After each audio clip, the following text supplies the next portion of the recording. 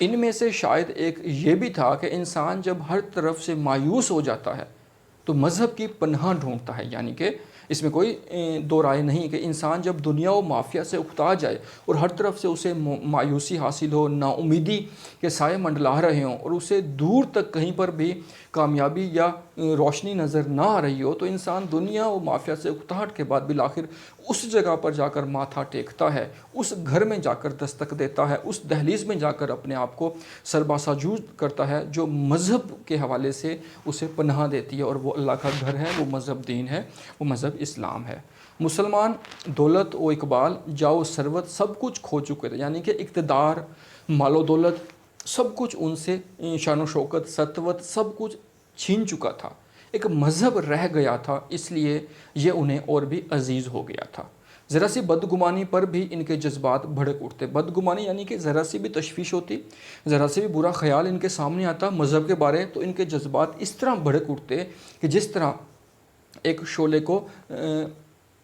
تیل دیا جائے آگ اس میں اگر آئل دے دیا جائے تو ایک دم سے وہ بھڑک اٹھتا ہے۔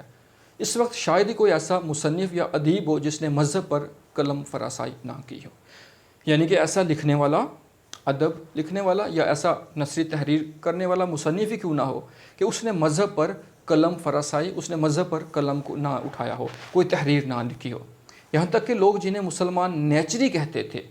اور اپنے خیال میں بد مذہب یا بد عقیدہ سمجھتے تھے، ان کا اوڑھنا بچھوڑنا بھی مذہب تھا۔ یہ ادب کے اندر ایک ٹرم یوز ہوتی ہے، ایک اصطلاح یوز ہوتی ہے جسے نیچری کہا جاتا ہے، اور اس کو عموماً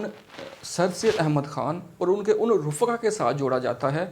جو ایک اس سوچ کے حامل ہو چکے تھے، جن کی عقلیت پسندی یا عقلیت پرستی کی طرف وہ چل پڑے تھے، اور اس کا مطلب یہ تھا کہ وہ ہر معاملے میں مذہب کو عقلی اور سائنسی کسوٹی پر پرکھتے تھے، یعنی کہ مذہبی معاملات کو، اسلام کے یا دین کے یا مذہب کے معاملات کو وہ عقل اور سائنسی ترازو میں تولتے تھے، اور ان کی توجیحات وہ سائنسی حوالے سے دینا چاہتے تھے، اس کی دلیل سائنسی حوالے سے دینا چاہتے تھے۔ مختصر ہم کہیں تو وہ مذہب کو عقلی کسوٹی پر پرکھنا چاہتے تھے، اور مذہب کو وہ بنیادی طور پر دنیاوی اور سائنسی معاملات میں اس کا کوئی حل دریافت کرتے۔ تو اپنے خیال میں جو بد مذہب ہو، یعنی کہ جو بد عقیدہ ہو، مذہب کے حوالے سے بدگمان ہو، تو ان کا اوڑھنا بچھوڑنا بھی مذہبی ٹھہرا تھا۔ سر سید تو خیر ان کے مرشدی تھے، ان کے حلقے کے دوسرے رکن بھی مثلا نواب محسن الملک، مولانا الطاف حسین حالی، مولوی مشتاق حسین، شبلی نعمانی، چراغ علی، نذیر احمد وغیرہ خواہ کچھ ہی لکھتے، تان مذہب پر ہی ٹوٹتی، یعنی کہ تان مذہب پر ٹوٹتی۔ وہ کوئی بھی تحریر تخلیق کرتے تو اس کا جو اختتام ہے بالآخر وہ مذہب پر ہوتا۔ تان ٹوٹنے کا مطلب یہ ہے کہ کوئی بھی چیز لکھتے تو اختتام اس کا مذہب پر ہوتا۔ نواب صاحب مرحوم کو ابتدا ہی سے مذہبی لگاؤ تھا، یعنی کہ محسن ملک کو شروع سے ہی مذہب سے خاصا شغف تھا، مذہب ان کے اندر رچا بسا ہوا تھا۔ پہلے وہ میلاد پڑھتے اور واعظ کہتے تھے۔ میلاد یعنی کہ پیدائش کے اوپر، پیدائش کے وقت جو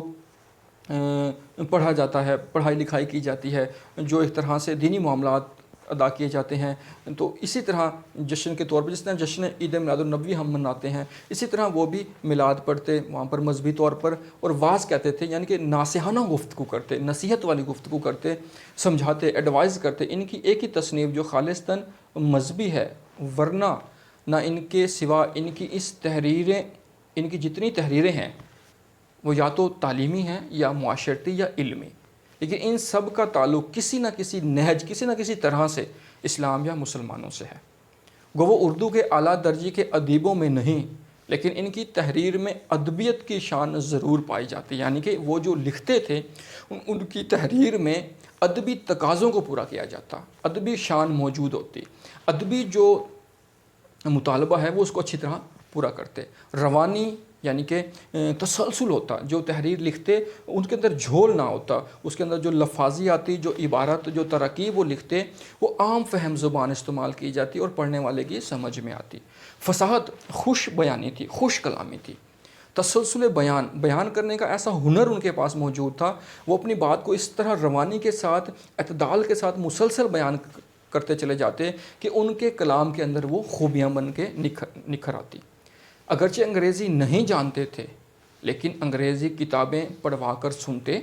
اور ترجمہ کرا کر مطالعہ کرتے تھے۔ ان کے مضامین میں مغربی خیالات کی ترجمانی صاف نظر آتی، یعنی کہ انگریزی زبان سے ایک بالکل نابلد تھے، لیکن ذوق اور شوق اس طرح کا تھا کہ انگریزی کتب کو، انگریزی مضامین کو، انگریزی جو انگلش آرٹیکل ہوتے ان کا ترجمہ کرا کر مطالعہ کرتے، اور یقیناً وہ مغربی ذہنیت کو انتہائی اچھے طریقے سے سمجھ چکے تھے۔ ان کے خیالات ان پر واضح ہو چکے تھے۔ ہم کہہ سکتے ہیں کہ ان خیالات سے کسی حد تک ان کو وہ جلا بھی ملی جو ان کی کام آئی، اور یہی وہ خوبی تھی جس کی وجہ سے علی گڑھ جو کالج تھا وہ 1920 میں علی گڑھ یونیورسٹی کے درجے پر پہنچا، اور علی گڑھ کالج کو یونیورسٹی کے مقام تک پہنچانے میں نواب صاحب کی جو خدمات ہیں وہ گراں قدر ہے، اور ان سے کسی طور بھی انکار ممکن نہیں ہے۔ تقریر کے وقت منہ سے پھول جھڑتے تھے،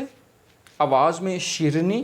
اور دلکشی تھی، یعنی کہ جب وہ بات کرتے، جب وہ تقریر کرتے تو پھول جھڑتے، گفتگو اتنی خوبصورتی سے کرتے، اتنے خوش بیان تھے، الفاظ کا چناؤ ہو، جملوں کا بیان ہو، لفظوں کی ساخت ہو، وہ اتنی عمدہ ہوتی کہ ان کے منہ سے پھول جھڑتے، سننے والوں کی سماعتوں میں وہ معطر ہو جاتی گفتگو۔ آواز میں اتنی خوبصورتی، مٹھاس اور دلکشی تھی کہ سننے والا جب ان کی آواز کو سنتا تو وہ اس کے دل میں اتر جاتی۔ اکثر لوگ جو ان سے ملنے یا کسی معاملے میں گفتگو کرنے آتے تو ان کی ذہانت اور لیاقت کے قائل ہو جاتے، ان کے ذہن کے اور قابلیت کے وہ سے متاثر ہوتے۔ ان کی خوش بیانی، ان کی خوش گفتاری، ان کی اچھی گفتگو کرنا ایسی تھی کہ اکثر اوقات مخالف بھی مان جاتے تھے۔ جو ان کے مخالف تھے، جو ان سے اختلاف رکھتے تھے، وہ باقی چیزوں سے تو اپنی جگہ پر، لیکن ان کی جو خوش بیانی تھے اس سے اس قدر متاثر تھے کہ وہ اس کا اعتراف کرتے۔ دکن میں رہتے رہتے اور بعض امراض کی وجہ سے بھی وہ شدید موسم کو برداشت نہیں کر سکتے تھے۔ ایسے زمانے میں وہ بمبئی چلے آتے۔ بدرالدین طیب جی سر سید احمد خان کے مشن اور علی گڑھ کالج کے بہت مخالف تھے۔ ایک دن نواب صاحب نے بدرالدین طیب جی کے سامنے ایسی فصیح اور پردرد تقریر کی کہ دونوں آبدیدہ ہو گئے۔ فصیح، فصاحت بھری، جو خوش بیانی سے، خوش اخلاقی سے، خوش کلامی سے درد بھری تقریر کی کہ دونوں کی آنکھوں سے آنسو آ گئے، وہ آبدیدہ ہو گئے۔ تھوڑی سی دیر میں ان کی دیرینہ مخالفت کو ہمدردی میں بدل دیا۔ دیرینہ مخالفت جو بہت وقت سے چلی آ رہی تھی، بہت مدت سے آپس میں اختلاف رکھتے تھے، مخالفت تھی، تو ہمدردی میں بدل گئے، دوسرے کے ہمدرد ہو گئے، ایک دوسرے کے دل میں ان کے لیے رحم پیدا ہوا، ایک دوسرے کے دل میں ان کے لیے سافٹنیس آئی، اور ایک گراں قدر عطیہ کالج کے لیے ان سے وصول کیا۔ ایک گراں قدر، ایک خاصی خطیر رقم نواب مسلم ملک نے بدرالدین طیب جی سے وصول کر لی، جو علی گڑھ اور سر سید کے مشن اور ان کے رفقہ کار سے اختلاف رکھتے تھے، اور وہ اختلاف مدتوں سے چلا آ رہا تھا۔ بالآخر ایک تقریر ہی کی نواب صاحب نے، اور وہ اتنے متاثر ہوئے کہ وہ ان کو ایک خطیر رقم بھی انہوں نے دی۔ بمبئی میں جب آل انڈیا مسلم ایجوکیشنل کانفرنس کا اجلاس ہوا تو اس کے صدر بھی بدرالدین طیب جی ہوئے۔ اب یہ جو آل انڈیا مسلم ایجوکیشنل کانفرنس ہے پیارے بچوں،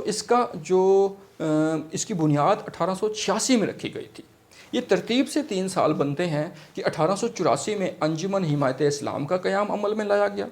1885 میں آل انڈیا نیشنل کانگریس کا قیام عمل میں لایا گیا، جو بظاہر تو مسلمان اور ہندوؤں کی مشترکہ جماعت تھی، لیکن آگے چل کر یہ بظاہر صرف ہندوؤں کی نمائندہ جماعت رہی، اور 1986 میں جو ہے وہ مسلم ایجوکیشنل کانفرنس کا جو قیام عمل میں لایا گیا۔ اس ایسوسیشن یا اس تنظیم کا مقصد صرف یہ تھا کہ جو ہندوستانی مسلمان ہیں ان کو تعلیمی حوالے سے، تعلیمی میدان میں بہت آگے لایا جائے۔ بڑے بڑے جلسوں میں جب معاملہ بگڑنے لگتا اور یہ اندیشہ پیدا ہوتا، یہ فکر، یہ خطرہ پیدا ہوتا کہیں جلسہ درہم برہم نہ ہو جائے، یعنی کہ جب بڑا جلسہ جس میں ایک جمع غفیر سننے آیا ہوا ہے اور یہ فکر ہوتی کہ اب یہ جلسہ تتر بتر ہوگا، اس میں ادھم مچے گا، لوگ بھاگم بھاگ ہوں گے، تو اس وقت نواب صاحب کی خوش بیانی، فصاحت اور ظرافت، یعنی کہ اس کی خوش گفتاری، ان کی خوبصورت بات کرنا، خوش کلامی اور ظرافت، ہنسی مذاق جادو کا کام کر جاتے، اور منغز جو رنجیدہ، غمگین اور سنجیدہ چہرے ہوتے وہ بھی مقدر چہرے، منغز اور مقدر چہرے جو ہیں